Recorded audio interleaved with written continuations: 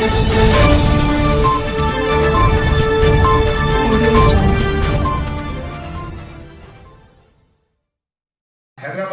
City police south zone के तरफ से मुगलपुरा पुलिस स्टेशन के हमारे ऑफिसर्स ने एक सेल फोन थेफ्ट का एक गैंग को डिटेक्ट किया और उसके गैंग मेंबर्स को अरेस्ट किया गया। इसमें एक लीडर जो है प्रशांत, रेसिडेंट ऑफ अब्दुल्लापुर मेट का, वो अभी फरार है। लेकिन उसके बाकी जो अकॉम्प्लिश हैं, जो बाकी उसके गैंग मेंबर हैं, जैसे बंडी रामू एलियस पिंडी रामू, कल्याण, जगपति बाबू, पोतराजू, रामचंद्र प्रधान, ये सब अरेस्ट हो चुके हैं। और इसमें 2 जुवेनाइल ऑफेंडर भी हैं, माइनर्स जो हैं।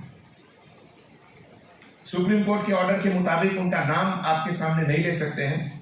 ये लोग दोनों बंडागुड़ा के रहने वाले हैं और इंट्रोगेशन और रिकवरी से अभी तक 25 मोबाइल फोन का रिकवरी हुआ है। ये लोग बिजी मार्केट प्लेस में, जब पब्लिक वहां बिजी रहते थे मार्केटिंग करने में, शॉपिंग करने में, उस समय ये लोग जाकर सेलफोन का चोरी करते हैं।